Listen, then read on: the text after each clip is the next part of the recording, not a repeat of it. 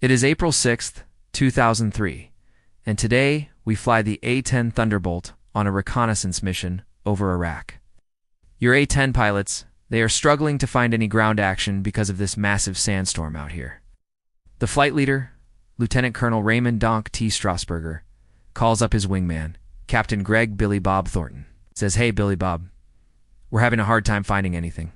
We're going to head back." But just as he turns around, he sees something in the distance. He breaks off to investigate.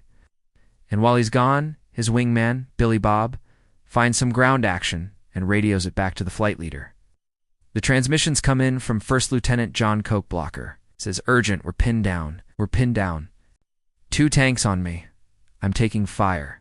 I'm pinned down. They're coming over the berm now. I need immediate air support. We've got T-72s bearing 330. 330. I repeat. We've got T-72s on our position. I need immediate air support. I have a visual on 2 tanks. They're coming over the berm. We're taking heavy fire. I need immediate air support." Donk turns around and heads straight for him. As he does, he drops a flare and another one, making a trail like a Christmas tree. Just trying to make sure that Coke can see where he is so he can get on the radio. Donk calls up Coke and says, "Do you copy? Do you copy?" And Coke replies, "I copy. I'm too busy to talk right now. Please, when you get a chance, respond."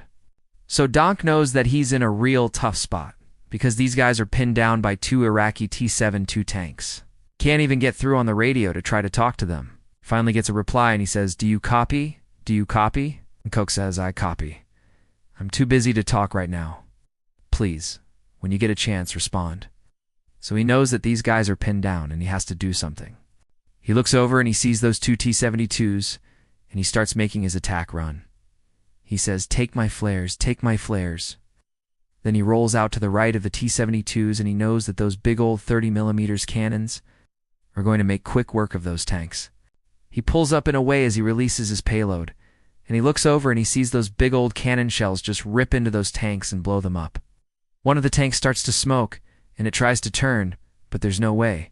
It's too late. It's already been hit. As the second tank starts smoking, he turns and heads for home. He knows that he's done all that he can do for these guys. The camera pans away as he flies back into the sunset. Just kidding, we're not done yet. We still have some more footage to go.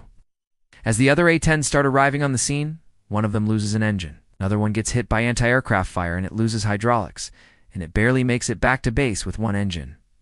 These pilots, they're just absolutely amazing.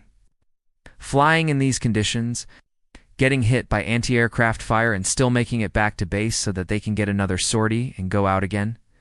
Here we watch as the A-10 Thunderbolt, it just absolutely wrecks these T-72 tanks. This thing, it's just amazing. You know, people talk about the F-35 being amazing and all that other stuff. Yeah, it's a great airplane. But this thing, the A-10 Thunderbolt, it's an amazing airplane. You can't forget about this jet. This jet did amazing things. It really did. We owe a lot of that to the men who flew it, including the pilots that you just saw.